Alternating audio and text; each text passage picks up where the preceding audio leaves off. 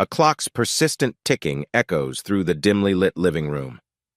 It's well past 11 p.m. Desmond Gray stands by the wide bay window, arms crossed tight against his chest, eyes glued to the empty driveway. Outside, a thin fog creeps across the yard as the street lamp's glow flickers. He's been waiting for his wife, Aurora, for hours, but there's no sign of her. A distant rumble of a passing car makes Desmond's heart jump. He instinctively checks his phone, nothing. With a shaky breath, he closes his eyes, recalling how Aurora's last text had been short. Working late. Don't wait up. Yet something about tonight feels off. Suddenly, his phone buzzes. The screen displays an unknown number. Heart pounding, Desmond answers in a low voice. "Hello?" A male voice, smooth but slightly mocking, comes through. "She's still here with me. No need to worry, buddy." Before Desmond can respond, the call ends.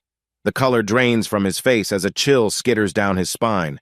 He dials Aurora, hands trembling, straight to voicemail. He paces, mentally replaying the cryptic words. The nerve in that man's tone, it rattles him like a threat. Questions swarm his mind. Who the hell is calling me this late? Where is Aurora? Mid-pace, Desmond stops dead at the screech of brakes outside. Headlights slice across the living room wall, and the shadow of Aurora's car glides to a stop in the driveway. A frantic relief mingles with dread as he rushes to the front door. He flicks on the porch light just as Aurora steps out from behind the wheel. She appears under the harsh bulb, her hair disheveled, blouse wrinkled. Desmond notices faint smudges on her skirt, and the strap of her high heels dangles precariously as if she slipped them on in a hurry. She barely looks at him, eyes darting away. The crisp night air does nothing to mask the tension exploding between them. "Aurora," Desmond says quietly, forcing calm. "Are you okay?" She doesn't respond. Instead, she brushes past him into the house, dropping her purse onto the coffee table with a dull thud. He catches a fleeting whiff of unfamiliar cologne, definitely not hers. Maybe not even a perfume. It's sharper, more musky. "Everything's fine," she mutters, kicking off her shoes. She glances at Desmond's alarmed expression but doesn't offer an explanation. "I'm tired. I just want to sleep." Desmond's concern quickly morphs into frustration. "You could have at least texted," he says, voice trembling with anxiety. "I've been calling you, worried sick, and I got this weird phone call from—" She cuts him off by lifting a hand. "My phone died," she snaps, then rubs her temple. "Just please, can we talk later?" Her aloofness stuns him. He searches her face for something, an apology, an explanation, only to see her eyes clouded by guilt or maybe anger. He can't tell. She sidesteps him and makes a direct path for the bedroom. Before she can disappear down the hallway, Desmond steps closer, noticing a smudge of lipstick on Aurora's collar. His heart lurches. "Aurora, that call," he starts, voice tight. "Someone said you were with him." She exhales sharply, annoyance flaring in her features. "Must have been a wrong number. I told you my phone died.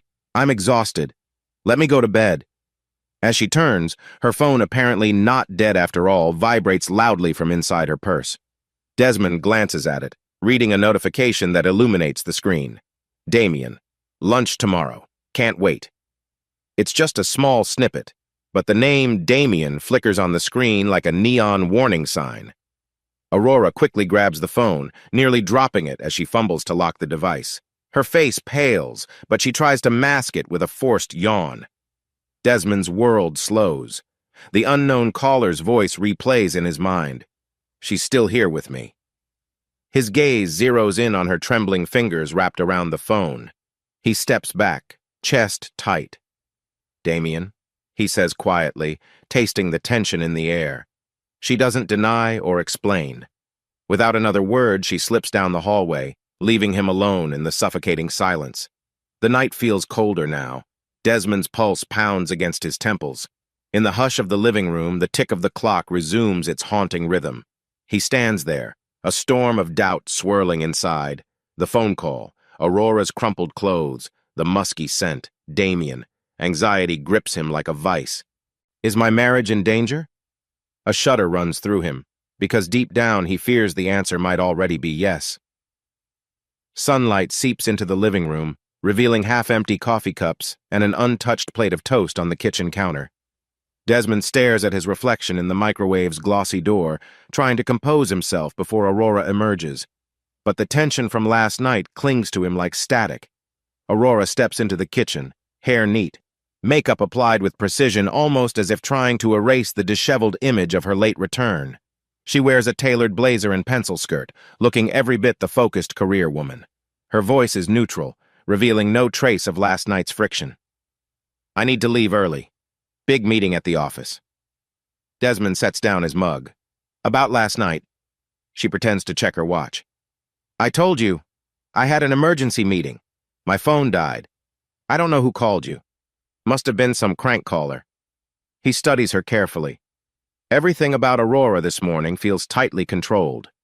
"You seemed off," he ventures, choosing his words.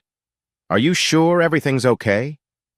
Her expression hardens, a protective shell sliding into place. "Yes, Desmond. Everything's fine. Seriously, can we drop it?" Before he can press further, the doorbell rings. Standing outside is Selena Parker, Aurora's longtime friend. She offers a bright smile, but it dims upon sensing the thick atmosphere in the house. Morning." Selena glances between them. "I was headed to the gym and thought I'd bring you guys some fresh croissants." She lifts a small paper bag, the aroma of buttery pastry drifting in. Aurora seizes the opportunity. "Great timing, Selena. Desmond, I'll see you later." She practically bolts out the door with a forced wave. The door clicks shut, leaving Selena and Desmond alone in the now quiet living room. Selena raises an eyebrow. "Okay, that was awkward. Did I interrupt something?" Desmond releases a pent-up sigh, running a hand through his hair. "I wish I knew. She came home so late and I got this strange phone call." He briefly recounts the previous night's events, including the cryptic message from a man named Damien. Selena sets the croissants on the counter, her expression shifting from concern to mild alarm. "Damien? Never heard Aurora mention him," she mutters, crossing her arms. "That's weird. She's not the type to dodge your calls either." He shrugs helplessly. "She keeps saying it's a misunderstanding, but it doesn't add up." Selena's gaze drifts to the hallway where Aurora disappeared the night before. "Listen, I know Aurora better than most, but she's been really stressed about work. Still, this doesn't sound like the Aurora I know." Desmond nods. "Maybe it's just that stress.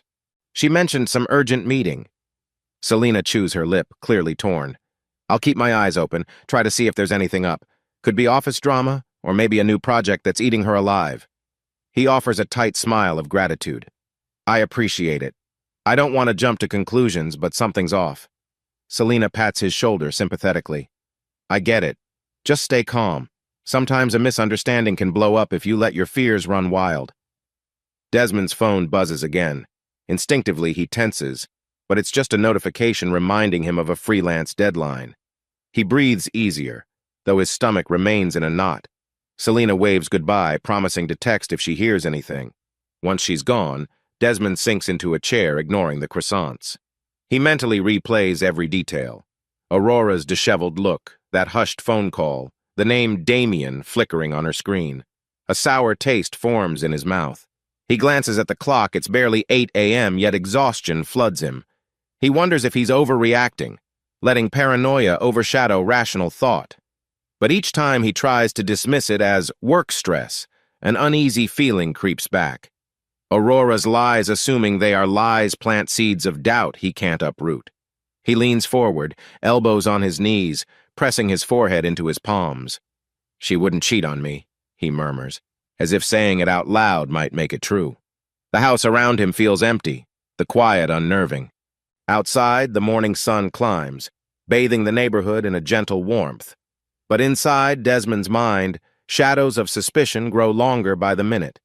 Later that day, Aurora stands in the bustling conference room of her office building, a sleek downtown tower lined with glass walls and ultra-modern decor. She's reviewing a presentation on the large overhead screen. The hum of conversation from colleagues echoes as they shuffle in with notebooks and coffee cups. A hush falls when Damien Rhodes strides in.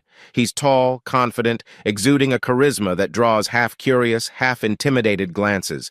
The collar of his tailored suit frames a practiced smile equal parts friendly and predatory. Aurora's heart hitches in her chest at the sight of him.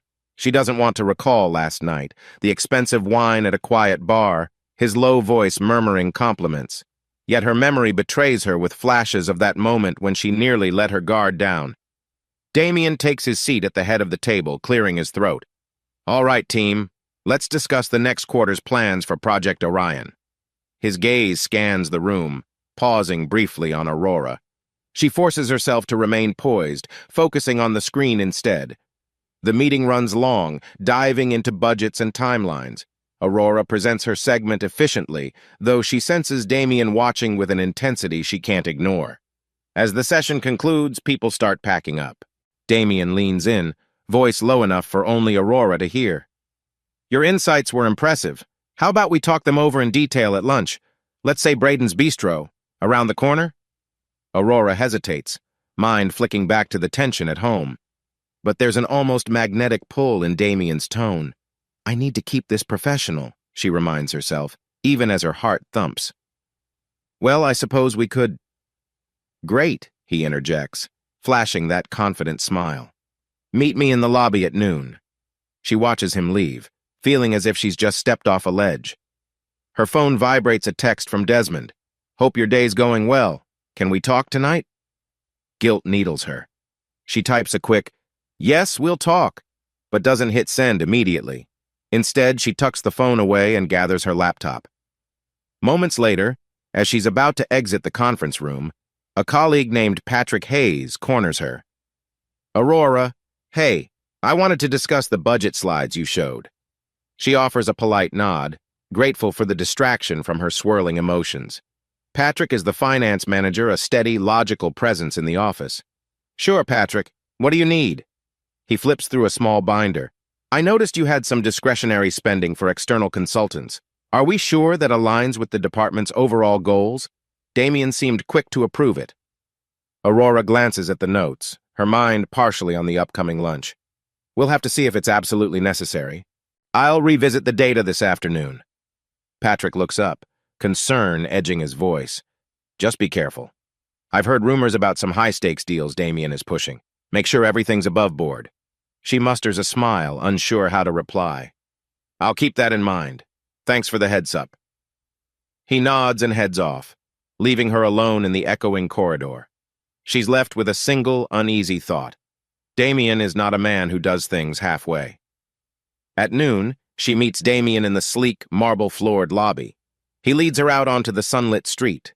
The city's afternoon rush envelops them, honking cars, pedestrians swirling. Braden's Bistro is a chic spot with soft lighting, tinted windows, and a hush that envelops them as soon as the doors close behind them. Over a table dressed in crisp white linen, Damien leans forward. I can tell you're under a lot of pressure. That presentation was thorough. You and we could make a solid team. His hand hovers near hers, though he doesn't touch it. Aurora, you deserve more recognition. If you stick with me on this, I'll ensure you get it. A swirl of doubt, flattery, and intrigue churns in her stomach.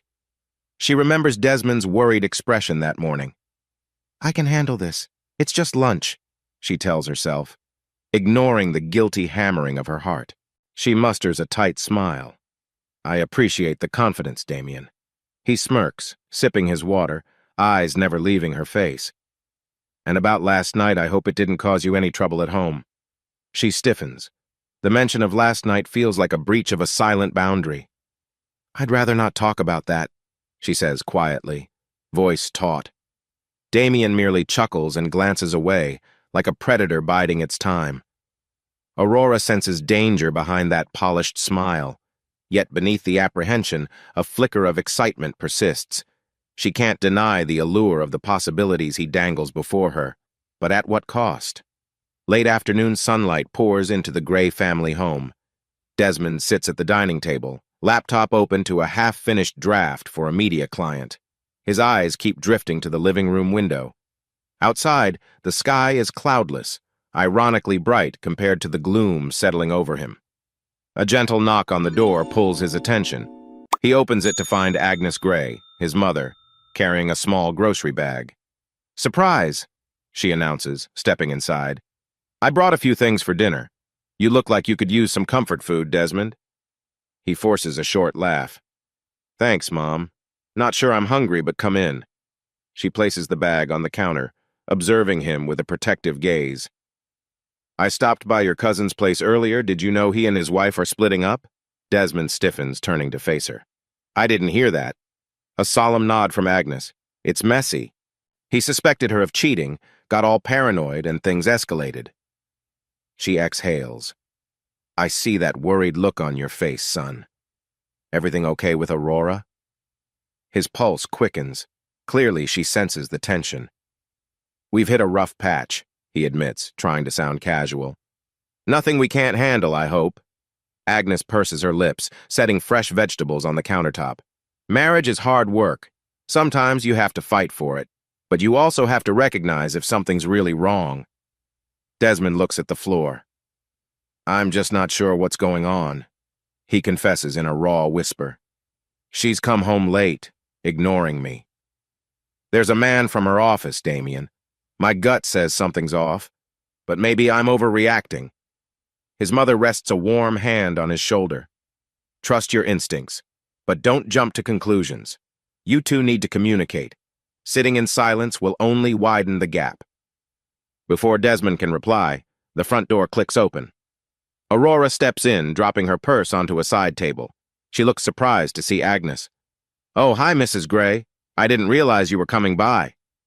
Agnes offers a polite smile, though her eyes flick over Aurora's meticulously pressed blouse, the slight scuff on her high heels. Spur of the moment. I wanted to cook for you two. I feel like we haven't had a family meal in ages. Aurora nods. That's thoughtful. I'm sorry I won't be able to help. I'm still on a deadline. And actually, I might be home late again. Her voice falters slightly at the end, aware that this repeats the same excuse as before. Desmond's eyes shadow with disappointment. Agnes notices, her motherly intuition on full alert. She stands straighter, clearing her throat. Well, I'll start cooking. See if we can at least eat before it gets too late. Think you can manage an early dinner, Aurora? For a moment, Aurora looks cornered, but she nods stiffly. Sure. Thank you. Agnes disappears into the kitchen, leaving husband and wife in an uneasy stillness. Aurora flicks through her phone, avoiding Desmond's gaze. He steps closer, speaking softly. Another late night, Aurora? I thought we could talk. She sighs, pressing a hand to her forehead. It's just this project. Damien wants me to finalize some numbers. I know it looks bad, but I can't skip it. Desmond tries to steady his tone. Look, if something's going on, I'd rather you tell me than let me guess. Aurora's eyes dart away. Can we do this later? I promise we'll sit down soon. She moves toward the hallway. Let me change and get ready for dinner. Alone, Desmond stands in the living room, the tension swirling like a silent storm. A faint noise from the kitchen reminds him that his mother is only a few steps away. He wonders if Aurora truly wants to fix whatever is breaking between them, or if they're simply delaying the inevitable. He exhales, recalling her subdued expression last night. Could she be tangled in something she can't easily escape? Agnes's mention of the cousin's infidelity hovers in his thoughts, fueling a quiet dread. Soon, dinner will be served, complete with forced smiles. But behind that facade, a fracture deepens. Desmond can't shake the feeling that they're all teetering on the edge of a bigger confrontation. And if something doesn't break soon, the consequences might be beyond repair. Sunlight spills across the glass walls of Aurora's modern office building. Desmond adjusts his collar, feeling slightly out of place among the bustling suits and pencil skirts as he waits in the lobby. He's come by hoping to invite his wife on a short getaway, something to break the cold distance creeping into their home. Just then, Patrick Hayes, a junior manager in the finance department, passes by. They've only met once, but Patrick remembers Desmond from a previous visit. Hey, Desmond, right? Looking for Aurora? Desmond offers a polite smile. Yeah, thought I'd surprise her. She been busy? Patrick shrugs. Busy is an understatement. She's on some big project Damien Rhodes pitched. Word is, it's a fast track to a promotion. He glances around and leans in slightly. A lot of late nights, though. That guy Damien, he has a reputation for burning through his team. With that cryptic remark, Patrick hurries off. Desmond steps into the hallway leading to Aurora's office, stomach twisting at the mention of yet another late night. The hum of keyboards and low chatter fades as he reaches her door. Inside, Aurora is perched on her desk, flipping through documents while speaking on the phone. She hangs up the call with a terse sigh, noticing Desmond in the doorway. "What are you doing here? Is everything okay?" she asks, sounding more startled than welcoming. Desmond holds up a small flyer for a quiet cabin rental by the lake. "Remember how we talked about a short vacation? I found this place just a weekend trip, if you can take time off." Aurora's eyes flick to her stack of paperwork. She takes a breath, but the tension in her posture doesn't ease. "Desmond, I wish I could, but this new assignment is huge. Damien recommended me to the board for a leadership role once we finish. It's a chance I can't pass up." He can't hide his disappointment. "So no weekend together at all?" She glances away. "This is a stepping stone for my career. I'm under a lot of pressure to prove myself. Let's hold off on a trip until things settle down." Before Desmond can respond, Damien Rhodes himself appears in the hallway, tapping lightly on the doorframe. He's in a tailored navy suit, exuding confidence. "Aurora, got a second? The board wants an update on the rollout schedule. And hello again, Desmond," he adds, as if recalling their brief interaction from before. Desmond nods curtly, uneasy. Aurora presses the cabin flyer into Desmond's hand. "We'll talk later," she says, already turning to follow Damien. The flicker of excitement in her eyes, once reserved for Desmond, now surfaces at the prospect of this project. He stands there watching her retreat down the corridor, animatedly discussing details with Damien. Anxiety tightens in his chest. There's no outright proof that anything is amiss, but a hollow ache tells him Aurora's focus is drifting away. Perhaps it's purely career-driven or something more personal. An hour later, Desmond waits by the front steps, determined to catch Aurora again. When she emerges with an armful of binders, he offers to carry them. She refuses gently, blinking tiredly. "Damien thinks I should lead the next client presentation," she confides, glancing at him. "It's an opportunity to show I'm management material. I can't afford distractions." He hesitates. "Am I a distraction?" she falters. "No, that's not what I meant. It's just I have to give this everything I've got. Once it's done, maybe we can do the getaway." There's a brightness in her voice whenever she mentions Damien's name, like the man can open doors for her that she's always dreamed of walking through. Deep down, Desmond wonders if his worry is just jealousy or if he should trust his gut. He forces a small smile. "All right, but I'm here if you need anything." Aurora nods, albeit distractedly, before hurrying off to a meeting. Desmond leaves the building, a sense of unease clinging to him like a chill wind. The thought crosses his mind. Is this big break truly a path to Aurora's success, or a trap laid by a man who knows how to manipulate ambition? By evening, Desmond returns home alone, flicking on the kitchen light. Selena Parker calls, checking in. He sits at the table, swirling a cold cup of tea. "Hey," she says, her tone gentle. "I heard Aurora's swamped with a new project. How are you holding up?" "It's tough," he admits. "She's so focused on this that she won't even talk about a simple weekend trip. She's practically glowing every time Damien's name comes up. I don't want to hold her back, but you're afraid." "I get it," Selena replies quietly. "Aurora's always been driven, but keep your eyes open, okay? If it starts looking shady, don't let it spiral." Desmond thanks her and ends the call. Alone, he stares at the cabin flyer, the pictures of a calm lakeshore seeming like a distant dream. He wants to trust Aurora, to believe her goals are innocent, yet a seed of doubt has planted itself firmly, and he isn't sure how long he can pretend it doesn't exist. A week slides by in a whirl of late-night phone calls and urgent deadlines for Aurora. Then comes an email from Damien. "We need on-site field work to finalize client specs. Overnight trip 2 days, tops." Aurora stands in the living room, luggage half-zipped. She's dressed in a crisp blouse and tailored pants, outfit carefully chosen for a day of corporate visits. Outside, a ride-share car hums in the driveway. Desmond stands near the door, arms crossed. "You're leaving tonight?" he asks, trying to keep a calm tone. "Where exactly?" "Upstate," she says tersely, avoiding his eyes. "Damien wants us to meet local stakeholders, see the facilities in person." He wants to question the necessity of an overnight stay but holds back. The tension between them has grown, and every question feels like a lit fuse. "Guess I'll see you when you get back," he murmurs, stepping aside so she can pull her luggage through. Aurora halts, looking pained. "Desmond, I know it looks bad, but trust me, okay?" He studies her face, reading the guilt, the determination. Finally, he brushes a hand across her shoulder. "Just be careful. Call me if you can." She nods, offering a small, uncertain smile, then disappears into the waiting car. Later that evening, in a sleek business hotel about 100 miles away, Aurora clicks her heels down a polished marble hallway. Damien is ahead of her, discussing schedules on his phone, pausing now and then to gesture toward the meeting room at the far end. She can't deny feeling flustered, especially when Damien occasionally glances back, almost like he's making sure she's following. At the end of the workday, the local team invites them to an informal dinner. Conversation flows, deals get hammered out. Aurora sips a single glass of wine, reminding herself to maintain her composure.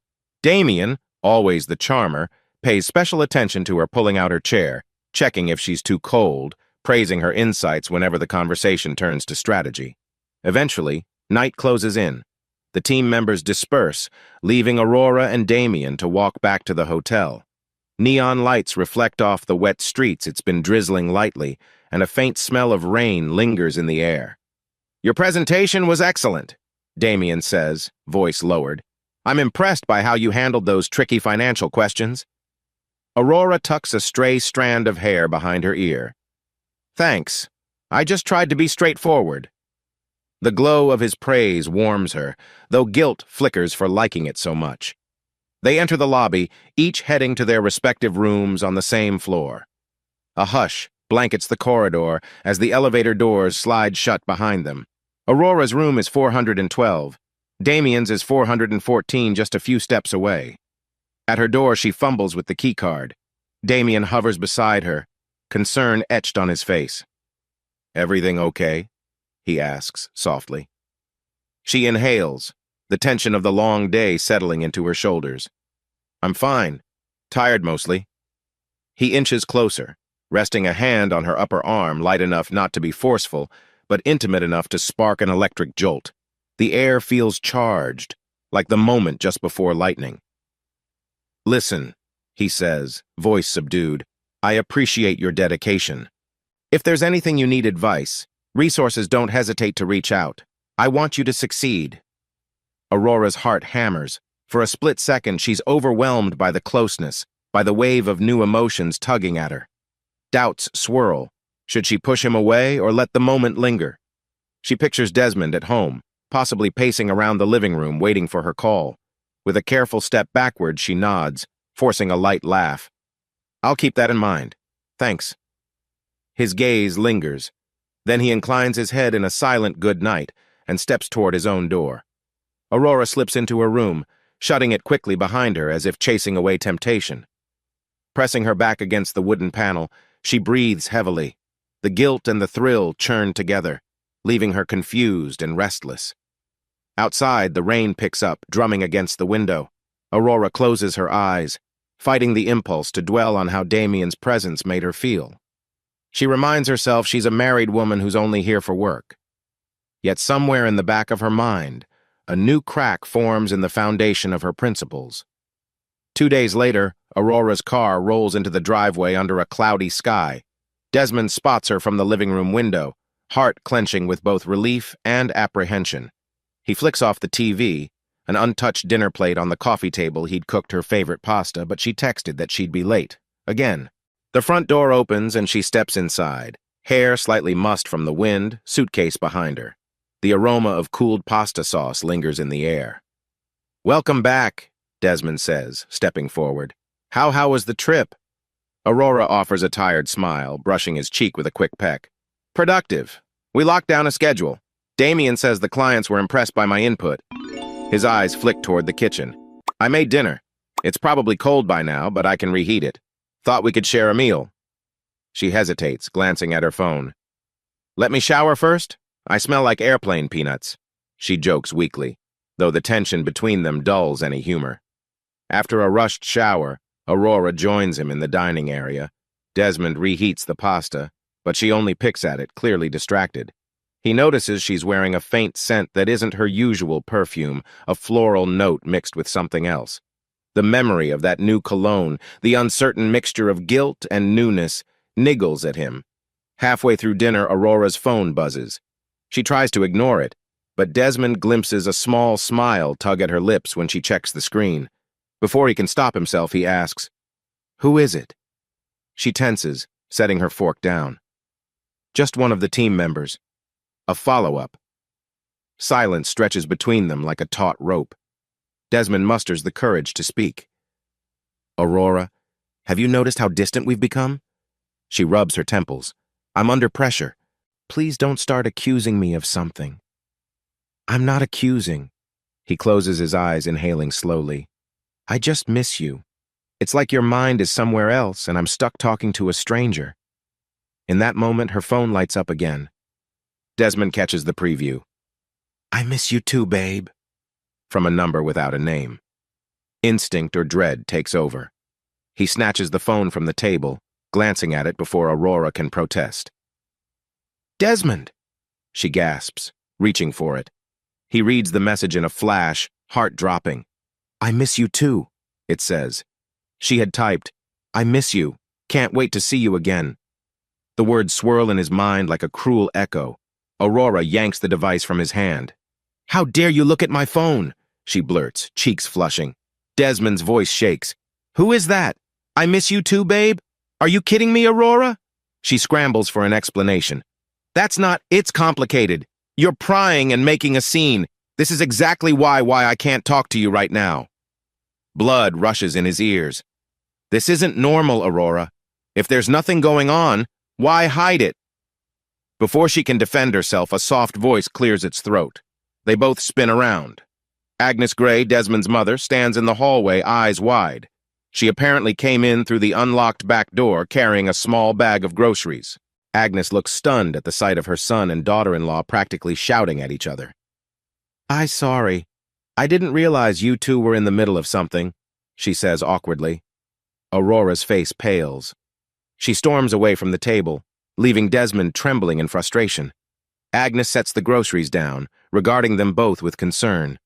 "Desmond," she says gently, "maybe we should all sit down, talk this through calmly." He rubs his forehead, anger and worry churning in his chest. "Mom, I'm not sure calm is possible right now." Behind them, Aurora disappears into the bedroom, slamming the door shut. The echo reverberates through the house, leaving an uneasy hush in its wake. Agnes exhales heavily, stepping closer to Desmond. "Whatever's going on, be careful with your accusations," she whispers. "Words said in anger can't always be taken back." He nods, though his thoughts remain a tangled mess. In the silence, the phone on the table lights up again with another message. Desmond tears his gaze away, unsure if he can handle reading anymore. As tension thickens, he wonders if the line between misunderstanding and actual betrayal has already been crossed.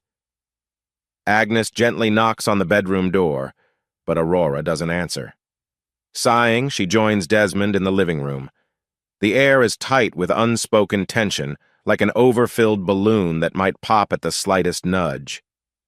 Desmond paces by the sofa. "Mom, you saw that text," he mutters.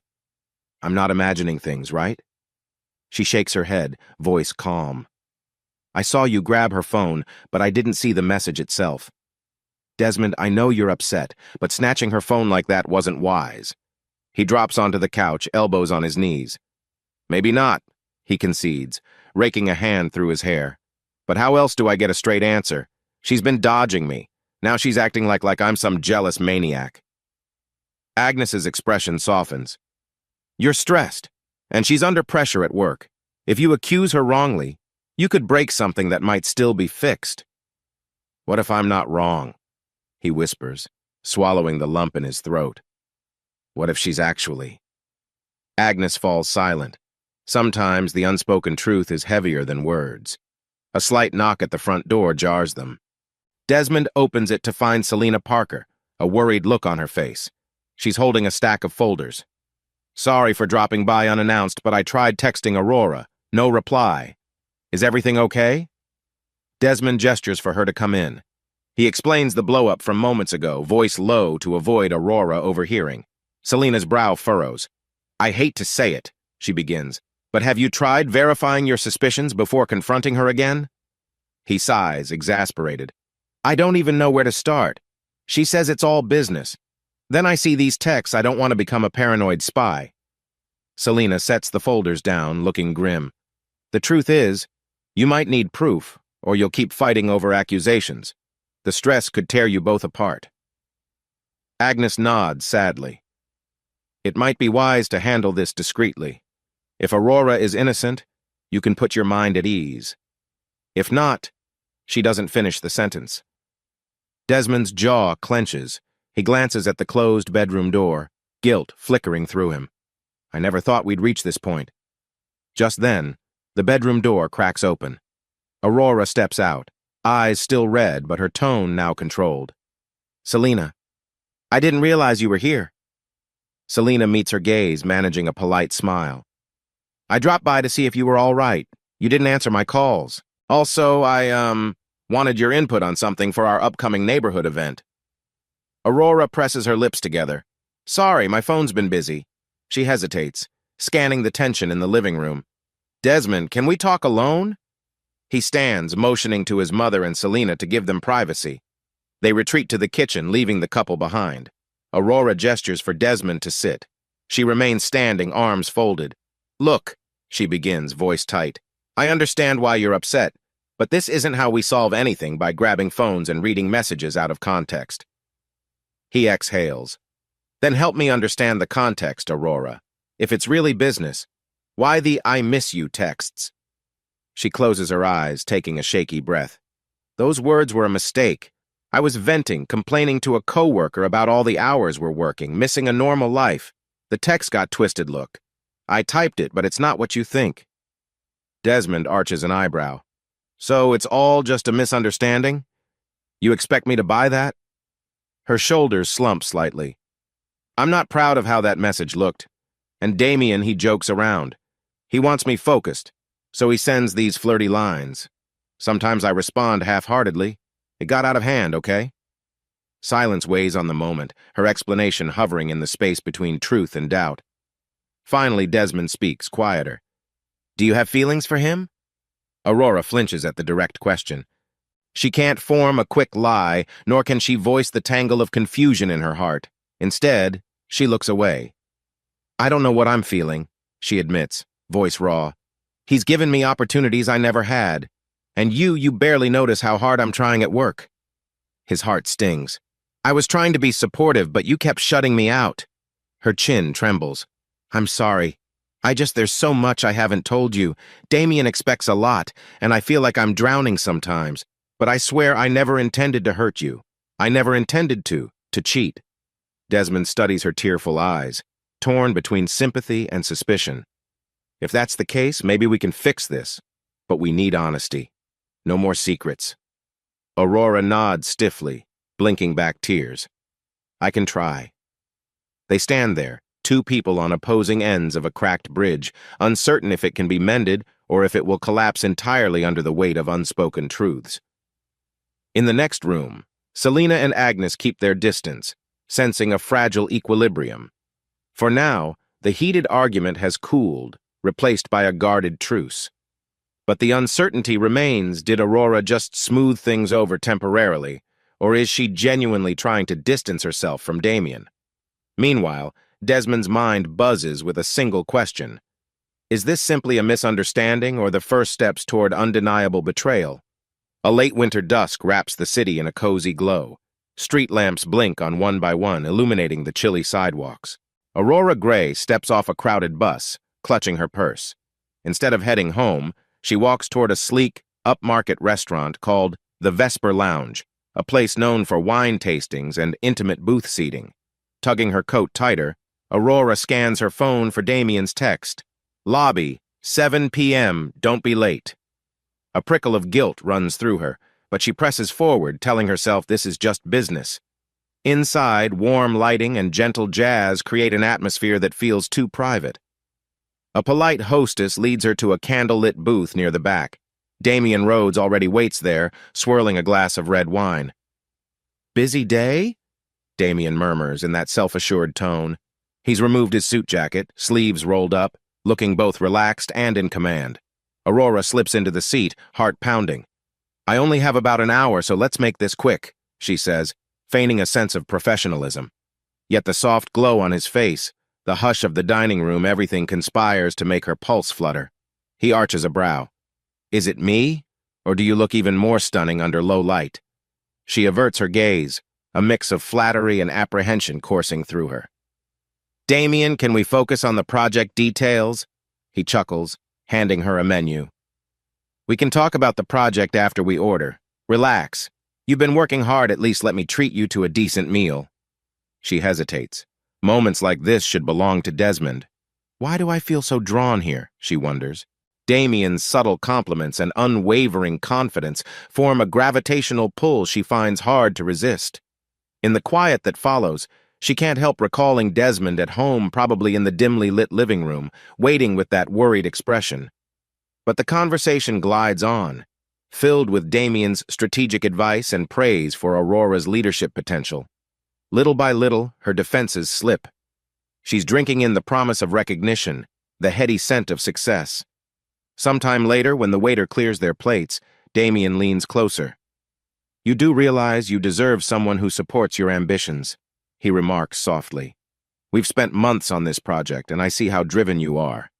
Desmond never seemed to appreciate that, did he? Aurora's throat tightens. She recalls Desmond's supportive gestures that she might have taken for granted, then thinks of the many arguments that overshadow those moments. Damien's eyes gleam with an intensity that both intrigues and alarms her. She manages a small smile, though unease prickles at the back of her neck. It's not that simple, she murmurs, but part of her wavers, drawn to the idea that she could be with someone who wholeheartedly boosts her career. When the check arrives, Damien pays without hesitation, ignoring Aurora's protest. Let's walk, he suggests afterward, easing out of the booth. I need some fresh air. Outside, a faint drizzle mists the sidewalk. Night wind ruffles Aurora's hair. Damien stands a little too close, offering to share his umbrella. She hesitates, then nods, letting him shelter her from the drizzle. They stroll slowly, each footstep echoing off the damp pavement. Damien's voice drops, nearly lost amid the patter of rain. Your dedication impresses me more each day. I just wish you'd let go of what holds you back. Aurora bristles.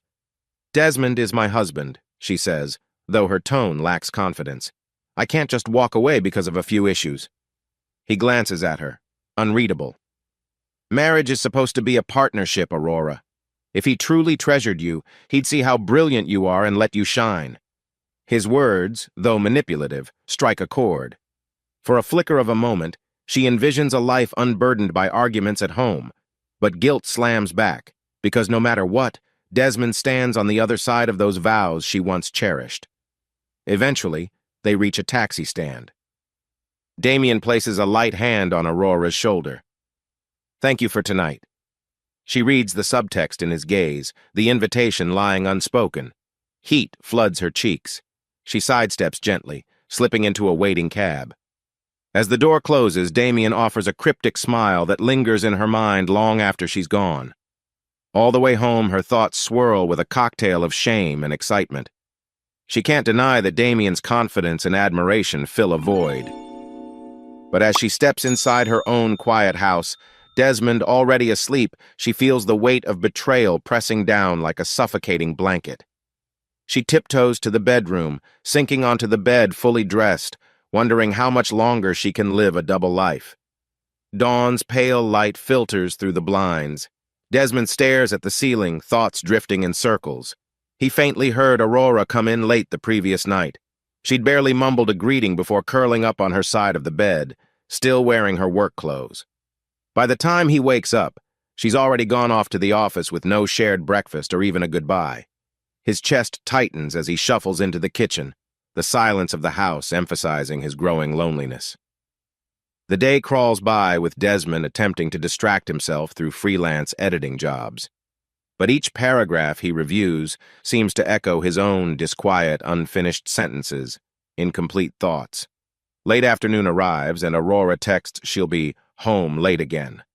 No explanation, no apology. Around 9 p.m., he sits on the living room couch with the TV playing softly. The front door opens, revealing Aurora in the same outfit she wore that morning, hair slightly disheveled, eyes dull with fatigue. She sets her purse down but avoids meeting his gaze. "Long day?" he asks quietly. She nods, sinking into an armchair. "Client pushback. Damien had me rework some numbers. I'm beat." The mention of Damien's name triggers a pang. Desmond studies her posture, tense shoulders, distant stare. "Aurora," he begins, voice tremulous. "We barely speak anymore. It's like I'm losing you." She rubs her temples.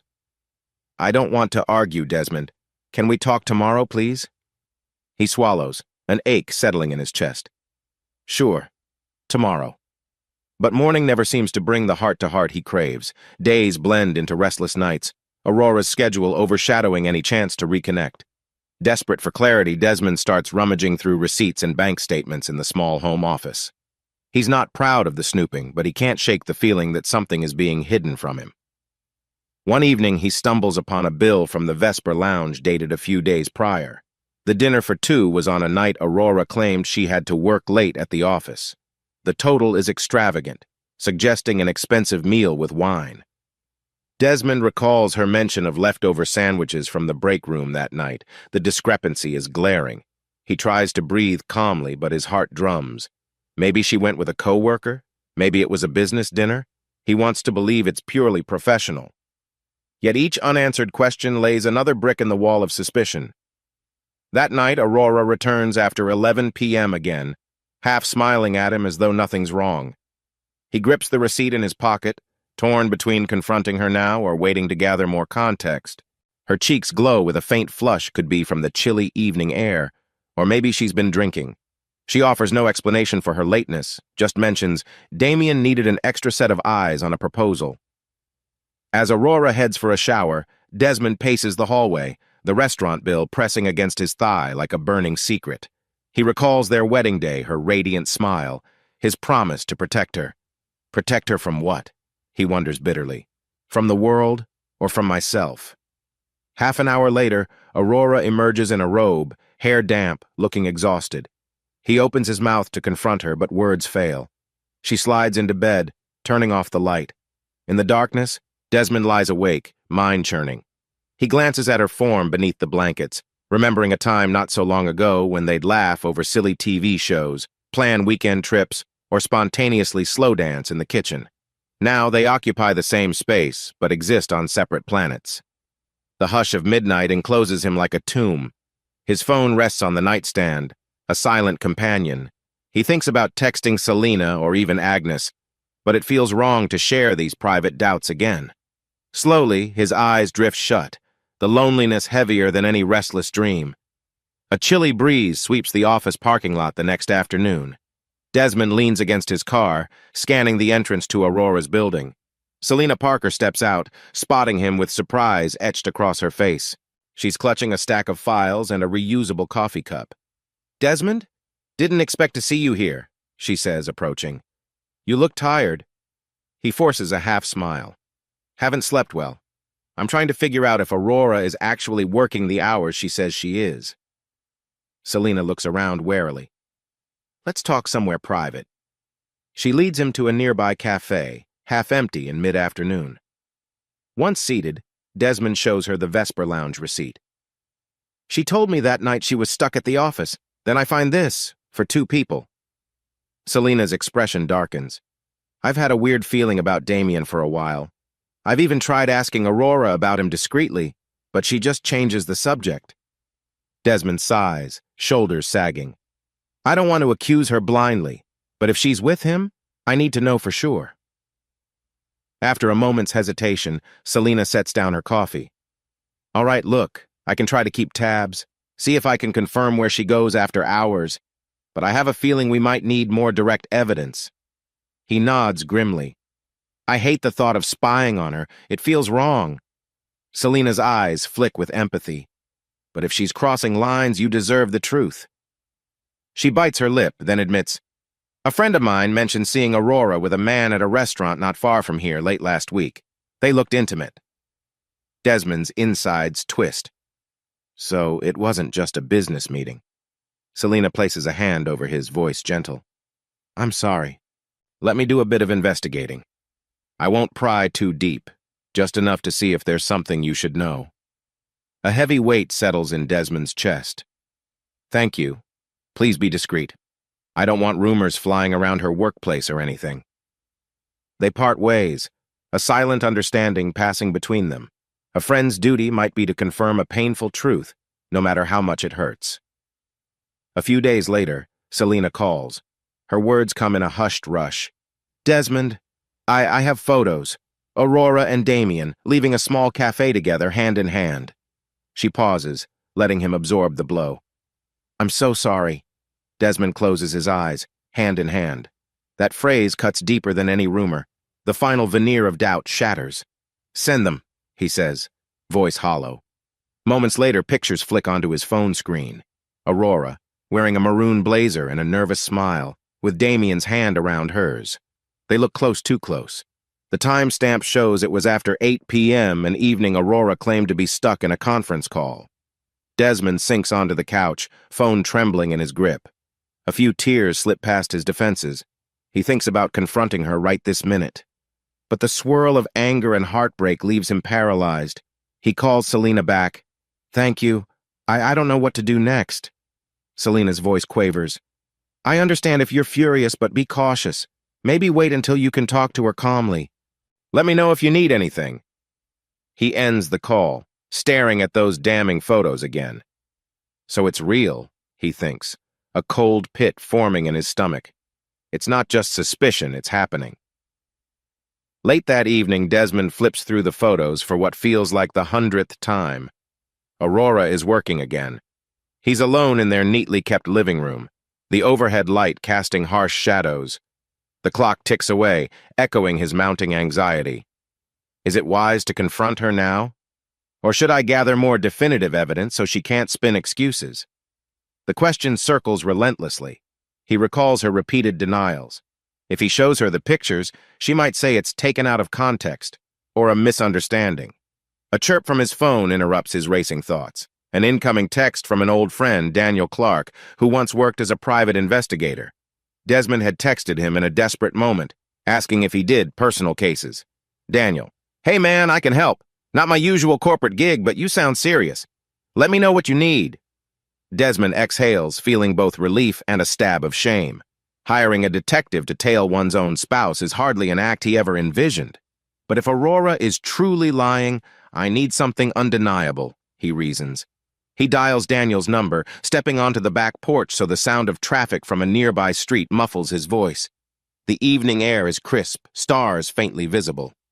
As the phone rings, Desmond battles with guilt. This is a line he never thought he'd cross. Daniel answers with a polite warmth. Hey, buddy, want to fill me in? Desmond's words tumble out in a low murmur. My wife. I think she's seeing someone. I have some photos, but they're not final, you know? She keeps denying it. I need concrete proof. Daniel sighs empathetically. Look, I'll do this as discreetly as possible. I'll track her movements for a week, gather evidence. If she's with someone regularly hotels, dinners I'll find out. A sick knot tightens in Desmond's stomach. All right, let's do it. They discuss logistics. Times Aurora usually leaves work, locations she frequents, her license plate number. Each detail feels like a betrayal. Yet Desmond can't see another path. He's caught between fear of accusing her wrongly and the agony of ignorance. By the time he ends the call, his hands are clammy, breath shaky. He stares at the starry sky, recalling how he once promised Aurora he'd always trust her. Now he's hiring someone to watch her every move like she's a suspect, not his life partner. Midweek, the plan initiates. Daniel trails Aurora under the guise of normal daily errands. On the first day, she leaves the office late, meets Damien at a quiet lounge for about 2 hours, no open displays of affection, but no obvious work behavior either. Daniel snaps a few photos from a distance, texts Desmond each update. The knowledge sends Desmond's emotions spiraling. A few nights later, well after 9 p.m., Desmond's phone rings. Daniel's voice is tense. She just entered the Starlight Hotel with Damien. They checked in together. From the body language, it's definitely more than business. I'll keep watch to confirm if they stay overnight. Desmond grips the phone, a wave of nausea hitting him. They're in a hotel now? The final bell tolls in his mind. Heart pounding, he nods into the darkness. Thanks for letting me know. He ends the call, dropping onto the sofa, face buried in his hands. The house is silent, but his head roars with heartbreak. It's real. It's happening. Right at this moment. The realization feels like a sledgehammer to his chest. For a fleeting second, he contemplates driving to the hotel, confronting them on the spot. But images of a humiliating scene in the hotel lobby hold him back. Instead, he closes his eyes, anguish thick in his throat. Tomorrow, everything changes. And Desmond knows he can't ever go back to naive hope or blissful denial. The evidence is there, staring him in the face. He just doesn't know if he has the strength to face Aurora or himself when dawn comes. Gray clouds loom overhead as Desmond stands by the window, clutching a folder of incriminating photos. His breaths come in uneven bursts, heart hammering like a war drum. Morning light filters through the blinds of their living room, revealing the tension etched across his face. He's been up all night, replaying the images from the detective Aurora and Damien entering a hotel side by side, stepping too closely for mere colleagues. Each time he shuts his eyes, the scene scorches his mind. At last, the front door creaks open. Aurora steps in, hair damp from the drizzle outside, setting her purse on a nearby chair. Their gazes lock. Dread flickers in her eyes. "Where were you?" Desmond's voice trembles, barely above a whisper.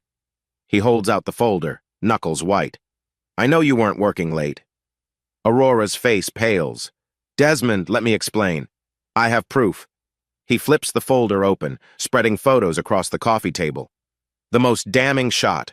Aurora with Damien, hands brushing, stepping into the Starlight Hotel. "You lied to me, Aurora." She claps a hand over her mouth, tears already welling. I never planned for this to happen," she stammers, voice quivering. "It was a moment of weakness, Damien. He's not what you think." Desmond's fury explodes. He snatches a decorative vase from the mantel, hurling it against the wall with a crash. Shards skitter across the floor. Aurora jumps, tears sliding down her cheeks. "How long?" he demands, chest heaving. "When did you start sleeping with him?" Aurora flinches. I swear it was just one time. I was lost, confused. I never meant to betray you." He scoffs, trembling from head to toe. "How could you do this? You're my wife, damn it. We promised each other honesty. Love." She collapses onto the couch, sobbing. "I'm so sorry. I thought it was just a little flirtation until it wasn't. I didn't know how to stop." Desmond's eyes flash with hurt. "Say Nang? That's all you can call this?" He snatches the photos, waving them in her face. "You were in a hotel with him, Aurora. This is more than a silly fling." She tries to speak, but no words form. Instead, she buries her face in her hands, tears dampening her sleeves. Desmond clenches his jaw, swallowing back the burning lump in his throat. For a moment, he wants to comfort her, some reflex of old affection, but rage swallows the urge. "Get out," he finally hisses, voice thick. "I can't look at you right now." Aurora lifts her tear-streaked face. "Please let me stay. Let me fix this. I'll cut off everything with Damien." But Desmond gestures toward the door, eyes blazing. She stands shakily, grabbing her purse. Before stepping out, she tries once more to meet his gaze. "Desmond." He turns away, unable to bear the sight of her heartbreak or the betrayal that put them here. The door clicks shut behind her, echoing in the unnervingly quiet house. Moments later, he drops onto the couch, staring at the shattered vase, the scattered photos. A bitter pang of regret tugs at him amid the fury he never expected his marriage to unravel like this. Outside, thunder rumbles in the distance, as though nature itself laments the storm tearing them apart. Desmond cradles his head in his hands, tears of anger and sorrow mingling. He wonders if there's any coming back from this, or if the damage is already far too deep. Late afternoon light filters through a corner window as Agnes Gray lets herself into Desmond's house, alarmed to find the living room in disarray. The broken vase shards remain on the floor, photos strewn around. Desmond sits at the table, head bowed, eyes red from hours of torment. "Desmond?" Agnes calls softly, stepping around the debris. "What happened here?" He lifts hollow eyes, voice raw. Aurora's been unfaithful. I confronted her. She's gone. Agnes inhales sharply, pressing a hand to her chest. Oh, my boy. She rushes forward, enveloping him in a tender hug. For a moment, he rests against her shoulder like a broken child. Tear tracks glisten on his cheeks. I kicked her out, Mom. I couldn't handle it. She rubs circles on his back. I understand your anger. But you two need to talk. This situation is dire. But it may not be beyond saving. Desmond pulls away, frustration contorting his features. She was at a hotel with Damian Rhodes, that co-worker. She called it a mistake, but how can I believe that? Agnes sighs. I never imagined Aurora would do something like this, but where did she go? She left with her purse, nothing else. He winces, glancing at the door. Probably to him. Meanwhile, in a small downtown cafe, Aurora clutches a steaming cup of tea. Her hands tremble as she dials Damian's number. He answers promptly. You sound upset, he says, voice low and smooth. Is everything all right? She swallows, tears threatening again. Desmond found out about us everything. He has photos of us at the hotel. I can't go home. Damian clicks his tongue sympathetically. Don't worry. Come to the Redwood Tower suite I'm renting for the project. I'll keep you safe, away from the drama. In her desperation, Aurora nods. She ends the call, finishing her tea in shaky gulps. Deep down, a coil of uncertainty knots inside her. Damian has offered refuge, but she senses a faint chill behind his reassurance. Back at the Gray residence, Agnes helps Desmond sweep up broken porcelain, depositing shards in a paper bag. She eyes the photos on the table, painful evidence of Aurora's betrayal. A pang of sadness flickers across her features. Desmond, she ventures softly, marriage isn't easy. I won't defend Aurora's actions, but are you certain you want to end it right now? Maybe she regrets this. He closes his eyes, recalling Aurora's sobbing apology. She said she'd end it with Damian. But how do I trust anything she says now? I feel like a fool. Agnes sets a hand on his arm. You're hurting. Maybe it's best to take a step back until emotions cool. Hasty decisions can haunt you. He stands, restless. Mom, you don't see how far this has gone. She's all tangled up in that big project, and Damian, he's urging her to cut me off for her own career. Or so I've heard. Agnes frowns deeply. Then she's in a dark place. As angry as you are, do you want to leave her entirely under that man's influence? Desmond grimaces. A part of him hates the idea of Damian controlling Aurora's life. Another part seethes with the desire to see her face the consequences. Torn, he rakes a hand through his hair. I need time to think. Agnes nods. And I need to see her. Find out what's going on in her head. She's still my daughter-in-law, after all. Desmond doesn't stop her from leaving, though a gnawing fear churns in his stomach. If Aurora chooses Damian, no conversation or family intervention can fix the betrayal. If she really is remorseful, then maybe, just maybe, there's a narrow path back to each other. As the sun dips below the horizon, the house descends into a tense hush. Desmond stares at his wedding photos on the mantel, the bright smiles of a happier time mocking him with their innocence. He wonders how love so genuine could crumble under ambition and deceit. Late the next day, Aurora sits in a plush armchair within Damian's temporary suite at Redwood Tower. The room's modern decor, polished marble floors, sleek leather sofas, feels cold despite its luxury. She stares out the floor-to-ceiling windows at the city skyline, guilt gnawing at her. Damian enters with a confident stride, holding a stack of documents. I need your signature on these, he states, placing them on a glass coffee table. Aurora flips through the pages. They detail allocations for the high-profile Skyline Innovations project, funds earmarked for consultants she's never heard of. The numbers are alarmingly large. Damian, what exactly am I signing? These amounts look excessive. He waves a dismissive hand. Routine. We have to route certain budgets through shell affiliates before finalizing the official ledger. It's how high-level projects operate. Her brow creases. That sounds unethical, like we're hiding funds. She bites her lip. I'm already in enough trouble with Desmond.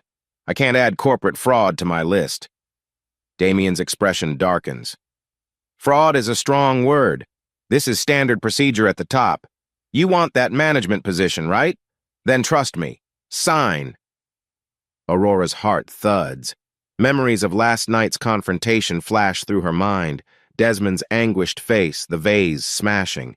She wonders if she's diving deeper into a pit by sticking with Damien. I don't know, she murmurs. I never wanted to be part of something shady. Damien scoffs, stepping closer. Don't tell me you're backing out now. Look at everything I've done for you, Aurora. Opportunities, promotions. Don't throw it away over moral squeamishness. She swallows, meeting his gaze. The veneer of charm is gone, replaced by impatience. Damien, you said you cared about me, but this feels wrong. His jaw tightens. Of course I care about you, but you need to decide if you're serious about success or if you're going to run back to your pitiful husband's arms. Aurora bristles at the insult. Desmond is not pitiful. He's just hurt because She chokes on the words, tears threatening again. I messed up. But that doesn't mean I should abandon every principle I have. Damien huffs, thrusting a pen in her direction. So you'd rather live in regret? If your husband can't handle your ambition, that's his weakness. Her pulse quickens with unease. She flips to the signature page profit percentages, hidden fees. This is no minor misstep. It's a labyrinth of unethical transactions. She grips the pen, hesitating. If I sign this, what's next? Damien's tone is dangerously soft. Next, you become indispensable to the board. They'll see you as the one who made this project fly. You'll get the management seat, maybe even a directorship. Isn't that what you wanted? A wave of clarity hits Aurora. She pictures Desmond's heartbreak, her own guilt, and the crushing realization that Damien's care is more about using her skills. She sets the pen aside, voice trembling. I can't do it. Not like this. He narrows his eyes, frustration flaring. Don't be naive. Sign the paperwork or you lose everything we've built. And if you think Desmond's going to forgive you after your affair, you're deluding yourself. Aurora's stomach twists at the cold manipulation in his words. She once felt flattered by his attention, convinced he valued her brilliance. Now she sees how he's always dangled power to make her comply. She rises unsteadily, tears threatening. I need time. Just give me until tomorrow. Damien steps back, crossing his arms. Fine, but don't expect me to wait forever, Aurora. Her heart pounds as she flees the suite. Documents left unsigned on the table. In the elevator, she presses a hand to her mouth, the walls seeming to close in. She isn't sure where to go now Desmond's house might as well be on another planet. But she knows for certain. Damien's grip on her life is tightening, and if she doesn't break free soon, she may lose herself completely. The next morning, a tense buzz circulates through the corridors of Aurora's company. Whispers swirl about Desmond Gray's unexpected arrival. He strides in, jaw set, searching for Damien's office. Armed with heartbreak and righteous anger, he's reached a breaking point. A cluster of employees part like startled fish as he passes. At the end of a corridor, Aurora steps out of a meeting room, eyes widening at the sight of her husband storming down the hall. Desmond, what are you doing here? She blurts, heart pounding. He halts, voice low but seething. Where's Damien? I'm done with his manipulations. Before Aurora can answer, a door opens behind her, revealing Damien, flanked by a couple of senior managers. Desmond's stare locks onto him with lethal intensity. Damien's lips twist into a smirk. So you've decided to show your face in public, he says loudly, earning gasps from onlookers. What do you want, Gray? Anger courses through Desmond's veins like molten metal. I want you to leave Aurora the hell alone. You've done enough damage to my marriage. Damien gives a dismissive laugh. Your marriage was already broken. Don't blame me for your failures as a husband. Gasps ripple through the crowd. Aurora's eyes dart between them, panic rising. Stop, both of you, she pleads. Please, not here. Desmond clenches his fists. I won't let you coerce her into signing dirty deals or push her around. You think I don't know what you're doing with that shady project? Damien's expression hardens. Go on, make accusations. You have no proof. A quiet hush thickens. A few brave bystanders inch closer, phones half hidden, capturing the confrontation. Aurora can hardly breathe. Desmond steps forward, trembling with fury, a heartbeat away from lunging. I might not have direct evidence yet, but I know you're funneling funds, and I know you used Aurora to do it. Damien arches a brow, then mocks him. You're pathetic, Gray. You can't keep your wife, so you come here to whine? The remark ignites Desmond's final restraint. He lunges, fists raised. People gasp. At the last second, he holds back from landing a punch, veins bulging in his neck. A security guard rushes in, gently pulling them apart. Aurora presses a hand to her racing heart, tears brimming. She looks at Damien, who stands calmly smoothing his suit jacket, then at Desmond, breath ragged, eyes blazing with betrayal. Her voice trembles. You're both acting insane, she manages, tears slipping down her cheeks. Desmond, please! He exhales a shaky breath, stepping away from Damien. I'm done, he growls, eyes never leaving Damien. But trust me, this isn't over. Damien meets his gaze with a cold, triumphant glimmer. Get out, he says, voice low, or I'll have security escort you out for harassment. Desmond glances at Aurora one last time, sorrow etched into every line of his face. Without another word, he turns and walks away, shoulders sagging. Her heart breaks at the realization that she's the one who brought them to this brink. In the echoing hush that follows, employees exchange nervous looks. Aurora remains rooted in place, tears silently falling. Damien scoffs, turning back to his colleagues as if the scene was a trivial interruption. She realizes more clearly than ever how ruthless he is. Still, the damage is done. Desmond's anger, her betrayal, Damien's manipulation, all swirling into a maelstrom she can't seem to escape. As Aurora looks at the polished floors reflecting her tear-streaked face, she knows that life won't be the same again. Desmond's parting words echo in her mind. This isn't over, but whether that means redemption or total destruction, she can't yet see. Gray clouds hang low over the city as Selena Parker navigates the late-morning traffic. Her fingers tap anxiously on the steering wheel. In the passenger seat, a slim folder of printouts and old documents sits, ready to be revealed to Desmond. She found them by accident in an online database while investigating Damien's past finances. The details, if real, could rock everything Damien's built. She arrives at Desmond's small home, a modest one-story with a peeling fence that could use a fresh coat of paint. Agnes Gray, Desmond's mother, opens the door and offers a tired, polite smile. He's in the living room, dear, not in the best mood. Selena steps inside. Desmond sits slumped on the couch, eyes rimmed with fatigue. He sets aside a half-empty mug of coffee, attempting a welcoming nod. Thanks for coming, he murmurs. I did some digging, Selena says softly, tapping the folder. This might explain why Damien's so eager to control Aurora and everyone else. He's not just a manipulator, he's potentially criminal. Desmond's brows furrow. What do you mean?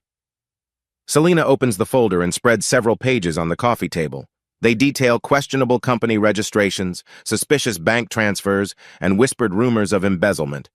Looks like Damien's name appears in older financial records from another firm, Crestvale Systems. That firm collapsed under scandal, and now he's applying the same tactics here. Desmond skims the documents, anger stirring beneath his exhaustion. He's been using Aurora's trust to sign shady papers. If she's drawn into this, she could face real consequences. Selena nods.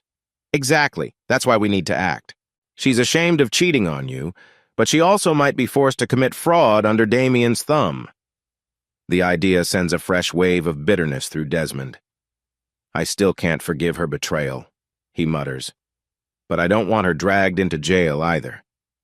Agnes, listening nearby, clears her throat.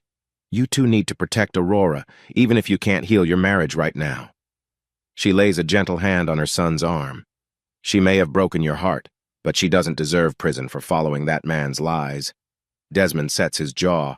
The conflicting swirl of heartbreak and concern tightens like a vice around his chest. All right. How do we do this? Selena exhales in relief. I have contacts who might help verify these records, strengthen our case. Then we confront Damien, maybe through the board at Aurora's company or even the authorities. Desmond nods, though his eyes betray a flicker of sorrow. He glances at the wedding photo on the mantel, two beaming faces from a happier time. He wonders how everything turned so dark. I just hope Aurora cooperates, he says quietly. She might be too ashamed to even look at me, let alone trust me again. Selena gives him a determined smile. We'll handle it together, step by step. Meanwhile, across town, Aurora sits in a cramped cafe with a hot chocolate she can't bring herself to drink. Dark circles rim her eyes from yet another sleepless night at a short-term motel room. Damien has been pressuring her for a signature on questionable documents all week. Anxiety gnaws at her mind, especially when she recalls Desmond's shattered expression after the confrontation at the office.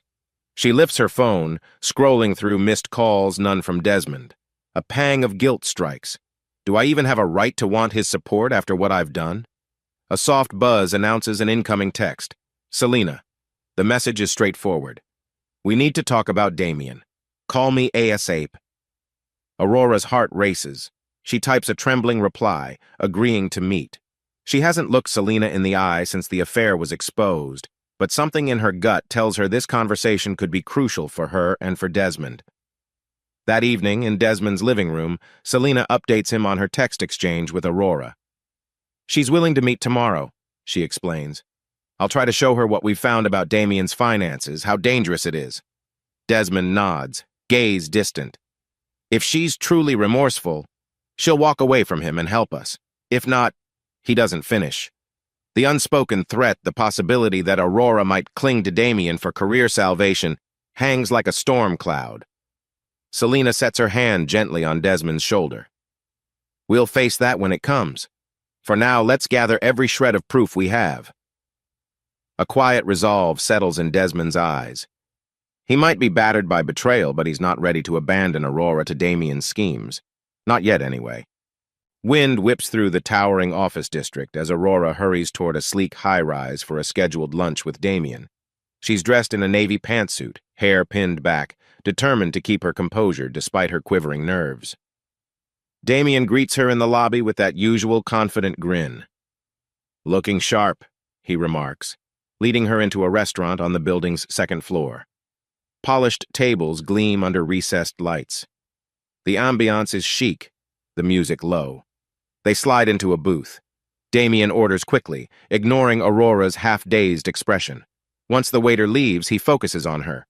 So, about those documents, have you decided? Time is running short. Aurora steels herself, voice measured. I have concerns. Large sums, unclear recipients, it looks like embezzlement. He exhales in frustration, leaning closer.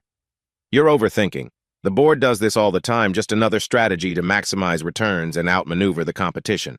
She fiddles with the edge of her napkin. Damien, this could ruin people's lives if it's illegal. His smile vanishes, replaced by a cold stare. You think I'm risking my future for petty theft? Our project needs creative financing, that's all. If you're not on board, I can find someone else to sign. She swallows, heart pounding. Is this the same man who once whispered sweet promises? She recalls the rumors swirling about him. Desmond's hurt, Selena's warning. What if I refuse? She forces out. Damien's face hardens. Then I'll bury you in the scandal. I'll make sure everyone knows you authorized the early drafts. Don't forget, you've been meeting me secretly for months. People might assume you were in on it from the start. The bottom drops out of Aurora's stomach. She grips the table's edge. Are you threatening me? Consider it a reality check, he replies, shrugging.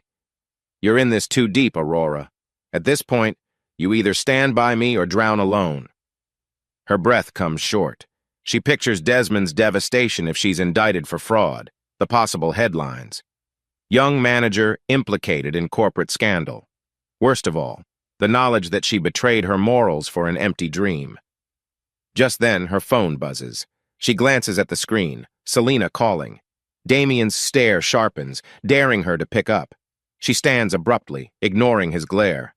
I have to take this call, she mutters, stepping away. Elsewhere, Desmond paces in a small, rented workspace that Selena arranged a quiet spot free from office drama. He's waiting for Selena's update on Aurora. Anxiety twists in his gut. What if Aurora refuses to help us bring down Damien? The door opens and Selena slips in, phone pressed to her ear. She holds up a hand, whispering, Yes, Aurora, calm down. We need you safe. Damien's using you as a scapegoat, you hear me? Meet me tonight at Westbridge Cafe. Moments later, she ends the call. Her eyes glimmer with urgency. Aurora sounds terrified. Damien basically threatened to destroy her if she doesn't sign.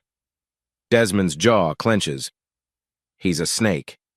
Then a flicker of concern crosses his face. But is she willing to stand against him? Selina nods.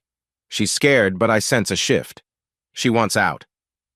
Desmond releases a trembling breath. Good. We'll help her.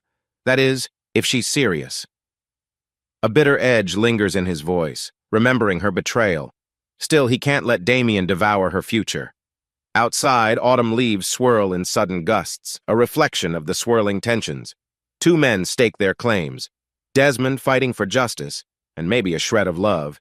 Damien fueled by greed and pride. And Aurora stands squarely between them, forced to choose which path and which man truly defines her future.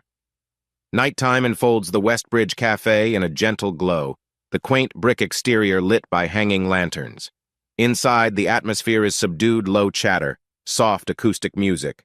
Selina sits at a corner table with a laptop open, rechecking the files incriminating Damien. She spots Aurora approaching the glass door, shoulders hunched in anxiety.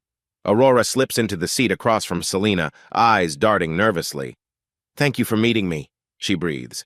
Damien's demands, it's all spiraling out of control. Selina offers a supportive nod, then flips the laptop to show Aurora a summary of Damien's financial misdeeds. He's been doing this for years. Embezzlement, shady shell companies, forging documents. You sign those papers, you'll be complicit. Aurora glances through the files, horror blooming on her face.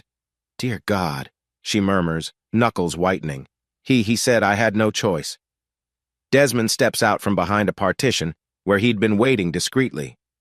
Aurora jolts in surprise at his sudden appearance. "Sorry," he murmurs.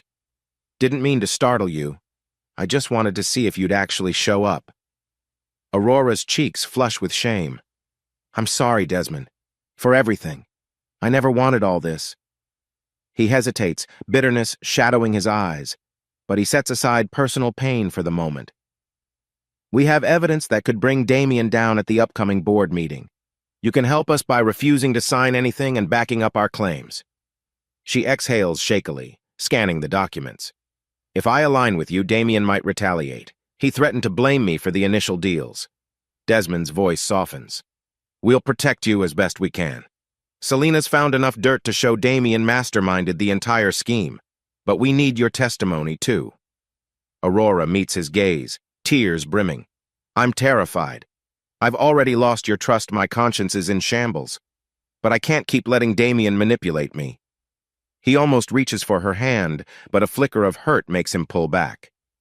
"We'll figure it out. Just be prepared for the board meeting or an official signing, whichever comes first. Once Damien reveals the final documents, we'll strike." Selina nods in agreement. "Time is critical. The official signing for the Orion Tech Initiative is in 2 days. Damien wants you to sign off on those numbers.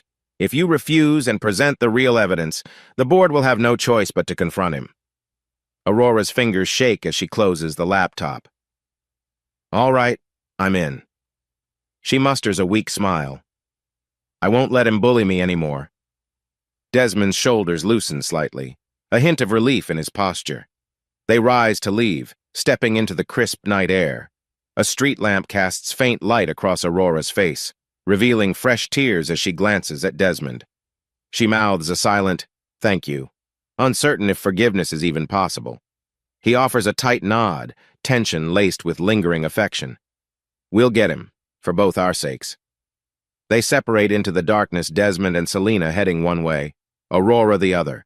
Her mind buzzes with anticipation and dread for what tomorrow might hold. Damien might be cunning, but this time she won't stand idly by. Morning sun streams into the glass-walled boardroom at Aurora's company headquarters.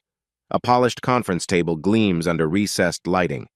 Rows of executive chairs circle around, occupied by board members, their expressions a mix of curiosity and impatience. At one end stands Damien Rhodes, holding a stack of freshly printed contract documents. Aurora sits near the middle, heart pounding, rehearsing her plan in her head.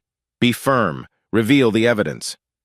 Desmond and Selina wait in an adjacent area, ready to intervene if necessary. Damien clears his throat, addressing the board. Thank you all for attending this final signing of the Orion Tech Initiative. We've worked tirelessly, and I'd like to highlight Miss Aurora Gray's contributions. He nods in her direction, feigning benevolence. Aurora's stomach churns at his smugness. She steels herself, now or never. One of the senior board members, a woman named Marjorie Collins, adjusts her glasses. Mr. Rhodes, we understand there's been significant investment reallocation. We'd like clarity before we sign off. Damien's smile tightens. All necessary for competitive advantage. Aurora has the final figures prepared.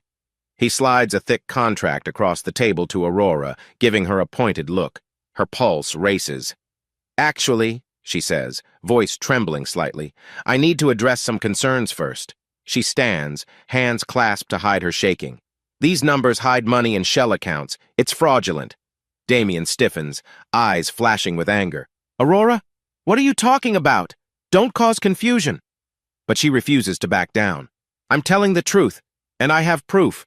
She flicks open her laptop to display the documents Selena compiled, mirroring them onto a boardroom screen. These transfers are linked to defunct companies. The expense lines are inflated. Damien intended to launder funds for personal gain. A hush falls. Murmurs ripple through the board. Damien scowls, trying to maintain composure. This is absurd. She's disgruntled, possibly colluding with outside troublemakers. At that moment, the door opens. Desmond strides in, accompanied by Selena, each holding copies of the same incriminating data. Shock ripples across the room. Marjorie Collins arches a brow. Who are you people barging into a confidential meeting? Damien's facade cracks. He sputters. Security! But Marjorie raises a hand. Wait, let's hear them out. She gestures for Desmond to speak. He steps forward, voice resonating with quiet resolve. I'm Desmond Gray, Aurora's husband. We have documents proving Mr. Rhodes has used this firm's deals for personal enrichment. He manipulated Aurora, threatened her if she refused. Selena hands out printed copies, her gaze fixed on Damien's furious expression. Check the dates, the shell corporations, the signatures. It all points to him. The board members flip through the pages, eyes widening. Tension thickens as they realize the scale of Damien's deceit. Finally, Marjorie looks up with evident disgust. Mr. Rhodes, is there any legitimate explanation for these anomalies? Damien tries to rally. They set me up. Aurora is an accomplice. She's just flipping the script out of guilt. Aurora's eyes well with tears, but she keeps her head high. I was blinded by ambition, yes. But I see now you orchestrated all of this. I won't cover for you anymore. The silence bursts into chaos, board members exchanging frantic questions, some calling legal teams. Damien tries to speak over them, but Marjorie silences him. Until we conclude a thorough investigation, your position here is suspended, Mr. Rhodes. Surrender your company credentials immediately. Damien slams his fists on the table, rage etched across his features. You won't get away with this, he growls, glaring at Aurora and Desmond in turn. All of you are making a grave mistake. I'll fight back. But security personnel, alerted by the rising commotion, move in. Damien is escorted out, spewing insults and threats. Aurora crumples into her chair, overwhelmed yet relieved. The board, still reeling, collectively decides to pause the Orion initiative. Desmond hovers near Aurora, hesitant. She looks up, tears trailing. I'm so sorry, she whispers. I should have exposed him sooner. He exhales slowly. You did it now, and that's what matters. For you, for us, whatever remains. His voice wavers, pain still coloring every syllable. The frantic tension dissipates as Damien's echoing shouts fade down the hall. Aurora's peers stare wide-eyed, some with sympathy, others with judgment. Regardless, she knows the truth has broken free. And so has she, though the price is steep. In that charged atmosphere, Aurora glimpses a possible lifeline, even if she and Desmond stand on unsteady ground. For now, they've toppled Damien's empire of deceit. Whether their own bond can be salvaged is a question that will linger long after these boardroom lights go dark. Gray morning light filters through the kitchen window of Desmond Gray's small suburban home, highlighting a half-finished cup of coffee and scattered piles of mail. Desmond stands by the counter, staring into space. Days have passed since Damien's downfall and Aurora's public disgrace at the company. Yet the echo of betrayal still throbs in his mind. He stiffens at the sound of the front door opening. Aurora steps in, eyes puffy from crying. She holds a small overnight bag, as if ready for any outcome. They stand a few feet apart in tense silence. "Why are you here?" Desmond's voice is low, carefully controlled. Aurora swallows hard, setting the bag on a chair. "I needed to talk to see if there's any hope for us." She inhales shakily. "You haven't responded to my calls." He averts his gaze, bitterness flickering across his features. "I was too angry. Still am. Every time I think about what happened your affair, the lies, I feel sick. But I realize I can't avoid you forever." She nods, tears edging her eyes. "I get it. I betrayed you. But I swear I'm done with Damien, with all that. The company suspended him, and I've lost my job, my reputation, everything. I don't want to lose you too." Desmond tenses, wrestling with conflicting emotions. Finally he speaks, voice taut. "I can't just forgive and forget. What you did, it shattered my trust in a way I never thought possible, and every time I see you, I see him." She bites her lip, tears rolling. "I know. That's why I'll do anything, anything, to make things right. If it even can be made right." He exhales, setting a trembling hand on the table. "Aurora, you can't wave a wand and fix this. I've consulted a lawyer about divorce." His words hang in the quiet kitchen like a sentence being read. She nearly collapses into the chair, anguish etched into her face. "You're filing for divorce?" He nods, jaw clenched. "I'm thinking about it, but Agnes and Selena keep telling me to at least give this a little time. They suggested we do a trial separation first. Space to sort out our heads." Aurora rubs her temples, heart thundering. "If that's what it takes, I'll accept it. I just don't want you to end it all in anger." He stares at the old wedding photo pinned to the fridge. "I don't want to make decisions I'll regret," he admits quietly. "But I also can't stay under the same roof right now. It's too painful." Tears slip unchecked down Aurora's cheeks. "I'll leave. Let you have the house. Please just promise we'll talk again before anything becomes final." Desmond's lips tighten, and for a moment he looks away.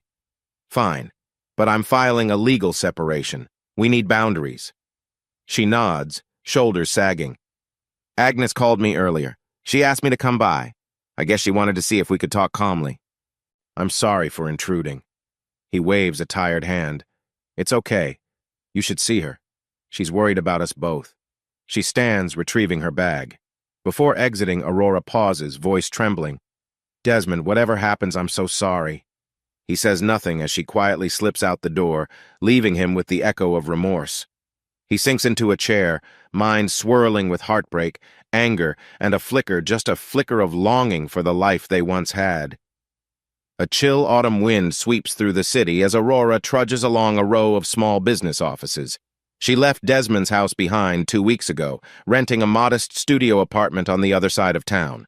Her once proud confidence has withered under guilt and the humiliation of losing her job. Yet here she is, resumes in hand, looking for a fresh start. The building she enters houses a local tech marketing firm, far humbler than the sleek corporate tower she used to frequent. She meets briefly with a manager named Jason Liu, who glances over her resume. He raises an eyebrow at her advanced experience in large-scale project management, but doesn't probe deeper into her abrupt departure from the previous job. "We're small, Miss Gray," Jason remarks with a cautious smile. "But if you're willing to learn our style and start over, we might have a place for you." Aurora exhales a shaky breath. I appreciate that. I promise I won't let you down." Her heart lifts slightly. Even if it's not the prestige she once craved, it's honest work, no hidden agendas, no manipulative superiors. A chance to redefine herself. Later that afternoon, she stops by a cozy cafe, mind drifting back to memories of better times. She recalls how Desmond used to join her spontaneously for coffee, discussing dreams of a peaceful life.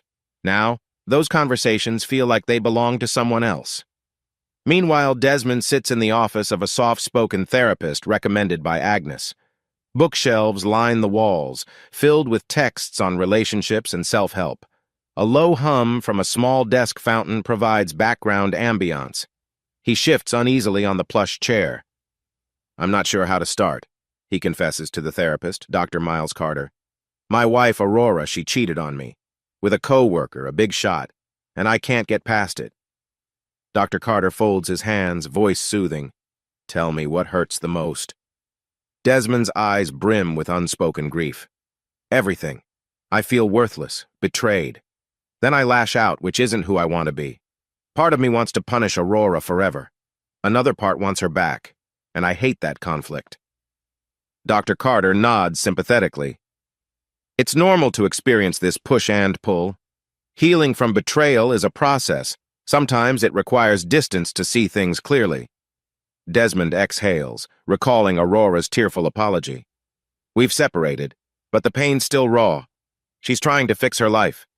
I don't know if I have the strength to watch her succeed without me, or if that's even what I want." The therapist offers him a gentle half-smile. "That's what we'll explore. Whether you choose to repair the marriage or move on, it should come from a place of clarity and self-awareness, not just anger." Desmond nods, tension easing slightly. This is the first time in weeks he's felt the faintest glimpse of relief. Admitting how deeply he's hurting might be the first step forward. At the end of the day, Aurora returns to her cramped studio, a single bed and a tiny table her only furniture. She's exhausted, uncertain, yet a faint spark of hope flickers. She stares at her phone, debating if she should text Desmond about her new job prospect. Deciding better of it, she sets the phone aside. He asked for space. Outside her window, streetlights flicker to life, illuminating a world in constant motion, people heading home, families sitting down for dinner. Aurora wonders if she'll ever belong to that life again, or if her mistakes have exiled her to the fringes forever. Sunlight floods a modest community office space, where Aurora has started her new marketing role. She finishes typing a product brief, noticing how different this environment feels, more personal, less cutthroat. She glances at a coworker who's offering coffee with a friendly smile. The tension of corporate politics is nowhere in sight, and for the first time in a while, Aurora can breathe freely. During her lunch break, she declines a phone call from an old acquaintance who once whispered about pulling strings to help her land bigger, flashier positions. No more shortcuts, she decides, heart thumping with resolve. She texts Selena briefly, "I'm turning over a new leaf." Desmond stands in his living room, a small stack of papers on the coffee table. Among them, a partially filled-out divorce application. He spent hours staring at it, pen poised, unable to sign. Memories swirl. Aurora's laughter at a picnic, her determined grin when she landed her first big promotion, her tear-stained confession when everything fell apart. Agnes arrives, carefully noting the tension. "Son," she says gently, "are you sure divorce is what you want?" He rubs his forehead. "I don't know, Mom. She broke my heart, yes, but I see she's trying to start over. And I miss what we had." Agnes nods. "People can change, Desmond, but it's never guaranteed. Do you still love her enough to try?" He presses his lips thin. "Sometimes I think I do. Other times I feel the betrayal like a fresh wound. I can't keep living in limbo." That afternoon, he meets with Selena at a local diner. She updates him on Aurora's new job, her refusal of shady offers, the way she now quietly avoids any mention of Damien. "She's rethinking her whole life, Des," Selena explains, sipping iced tea. "She might deserve a second chance if your heart can handle it." Desmond stares at his half-eaten sandwich. "I'm so afraid of being hurt again, or of never moving past my resentment." Selena reaches across the table, placing her hand over his. "Only you can decide that risk. But if there's any love left, forgiveness might be the only way you both can heal, whether you stay together or go your separate ways peacefully." The words strike him like a bittersweet chord. He pictures Aurora's tearful eyes, how she yearns to make amends. Is it too little, too late, or a path to something resembling redemption? A gentle rain patters against the roof of Desmond's house as he paces the living room, a manila envelope in hand. Inside is the divorce document, still missing final signatures. Aurora stands near the window, gazing out at the dripping pine trees in the yard. She looks calm yet fragile, as if one harsh word could shatter her. Selena and Agnes linger discreetly in the kitchen, offering moral support without intruding. The hush of the home resonates with memories. Aurora finally turns, eyes meeting Desmond's. "Thank you for letting me come," she says softly. Desmond nods, placing the envelope on the coffee table. "I can't keep dragging this out. We need closure one way or another." She steps closer, tears threatening. "I'd do anything to rebuild your trust, but I understand if it's too late." He presses trembling hands together. "I see how hard you've worked to change new job, living on your own, refusing shady deals. It means something to me, but the pain is still here." She gingerly lifts the envelope. Inside is the divorce petition, with a sticky note attached that reads, "Final decision." Her heart clenches. Do we sign it now?" she whispers. His gaze flickers to the wedding photo on the shelf, her radiant smile, his hopeful grin. Then he looks at her present form, a woman marked by regret, but also sincerity. "I don't know," he murmurs, voice thick. "Part of me says we should finalize and move on. Another part wonders if we can build something new out of these ruins." Aurora can barely breathe. She opens the envelope, scanning the legal text that could sever their marriage. A single tear falls onto the page, smudging the ink. "What do you truly want, Desmond?" He hesitates, eyes brimming. Slowly, he sets a hand on top of hers. "I want to stop living with resentment. Whether that means forgiving you and trying again or saying goodbye with some measure of peace. I'm standing on the edge, Aurora." She nods, clasping his hand. For a moment, the house feels suspended in time, the rain tapping out a rhythm of uncertainty.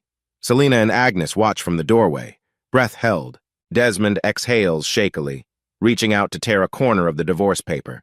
He pauses halfway, gaze locked with Aurora's. Alternatively, he could press the pen to the signature line. Two paths diverge in this single moment. In one possible ending, he tears the paper fully, scattering fragments onto the coffee table. Embracing Aurora through tears, they vow to rebuild, step by trembling step. The weight of betrayal remains, but hope flickers that with honesty and time, love might be reborn. In another, he presses the pen to the dotted line, signing his name with a heavy finality. Aurora's hand shakes as she signs too, tears glistening.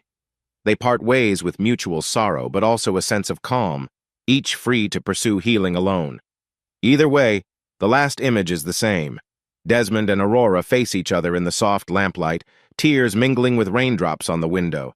Outside, the storm rages or subsides, unknown. But within these walls, a choice is made, an ending for one life chapter and the start of another.